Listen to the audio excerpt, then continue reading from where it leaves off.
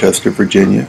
We've been in the retail car stereo, wheel, and tire business for about 32 years. I'd say entrepreneurship is an ongoing education. It's certainly important to have the fundamentals of arithmetic and grammar if we're going to go through life doing business with other human beings, just so we can communicate on a fundamental level. Certainly the best thing education will ever teach any of us is how much we don't know, and it's certainly an ongoing process day to day as we go through the rigors and the rewards of business.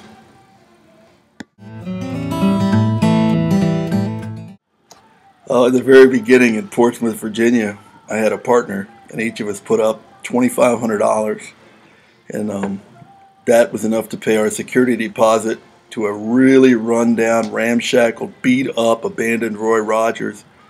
We spent the first 3 days shoveling out dead animals. We spent the next week building tables to display tools and hardware so we could get started.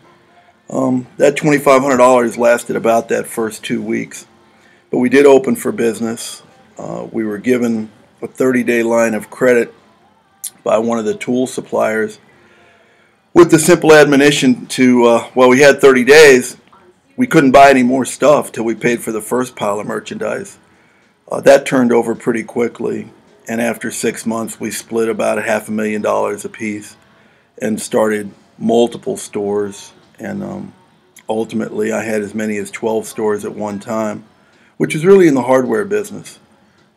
Sold a lot of those stores, and I'm left with what's here at Winchester Discount Audio, which is one of the premier car audio independently owned retailers in the United States.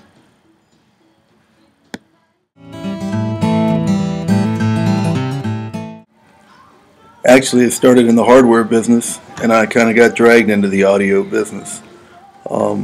32 years ago, car audio was in its infancy stages, and you were selling $39 cassette players that were pretty cheaply made. But there was a niche and a demand where people wanted to buy products and have them installed. And fundamentally, the car stereo business and the mobile electronics business is the installation business, more so than selling. People can buy a box of anything on the internet, same box I sell, but to actually get it professionally installed, have it work right, and have it look right is the niche that we eventually evolved into. It's more a matter of having skilled technicians than any particular set of brands of products, and a commitment to do the job perfectly the first time, no matter how large or small the job is.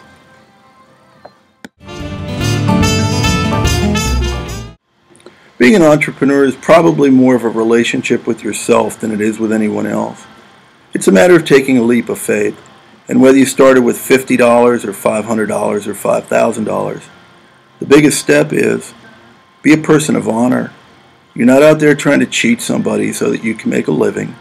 You're not out there trying to maximize profits at every turn, unaware that the process of evolution is a long process. So begin by looking in the mirror and understanding that you're a person of honor. The rest, I think, will take care of itself with a little faith and a little time.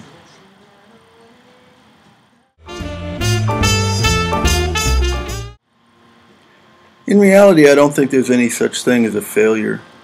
There is evolution. When I bought this land in 1999 and built this building in 2000, we opened Thanksgiving weekend, and we built this building as a huge hardware store, almost 17,000 square feet. 30 days after we opened, the two hardware suppliers that I'd done business with for 25 years both went out of business at Christmas. So now I had a 17,000-foot building and absolutely nothing I could buy to fill it with merchandise 30 days after I opened. Mortgage was still there. So sold 2/3 of the building, expanded our wheel business, expanded our tire business, expanded our labor, and simply went on to the next step in our evolution. So it's just a matter of being nimble and understanding that there's no such thing as good and bad. There's just evolution. And the customers, again, or circumstances beyond our control, take us in the path we're supposed to go. We just have to be ready to relentlessly execute customer service every day. I'm not so sure in business there's such a thing as an average day. Today I have the privilege of being interviewed like this. The phone will ring in a few seconds and my new boss will be on the phone. Fundamentally, we go through our day as customer servants, regardless of how big or how small our business is. That's your new boss walking in the door. That's your new boss on the other end of the phone. And as long as we remain humble enough to understand that we're working for them and not the other way around, I think you'll always have the blueprint for success right there in front of you. In a normal day, I work a half a day, which is 12 hours. Pretty simple. We only do it 6 days a week. Sundays we're closed. And I'd say in business, you just have to be nimble and aware that the next opportunity is always right there in front of you, if you just have the ability to see in that fourth dimension. Success for me means I can go fishing with my daughter whenever I want to. Success means that here I can come to work whenever I want to.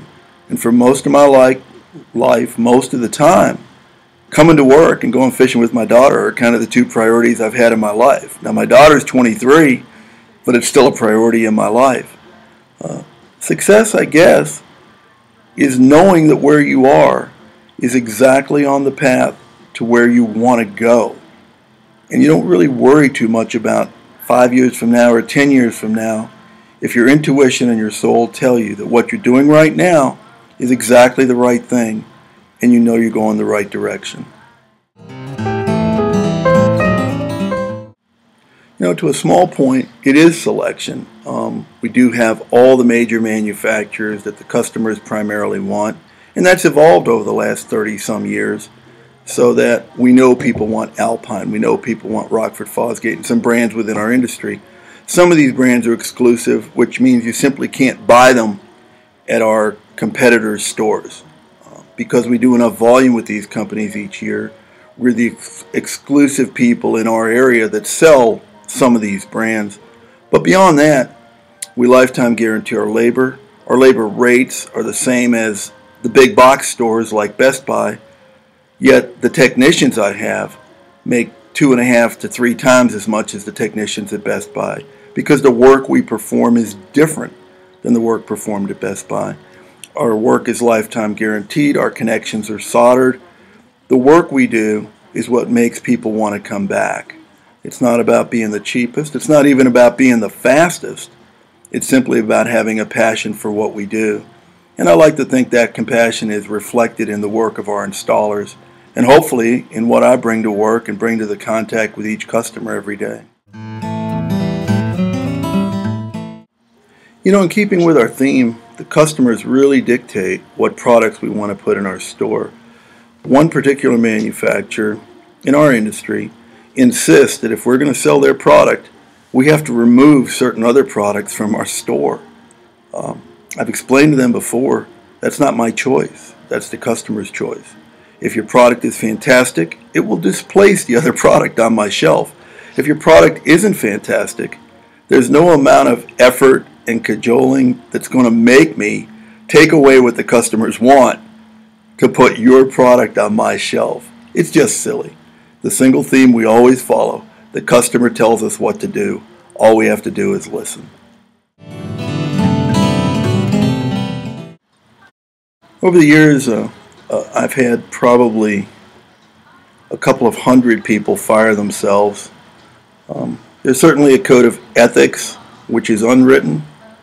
While there's no such thing necessarily as good and bad, there certainly is such a thing as right and wrong. I've never felt the need to have a written code of conduct. I'm a pretty serious employer. Went to United States Military Academy at West Point. And most people, the first time they meet me, understand that I'm a pretty serious person.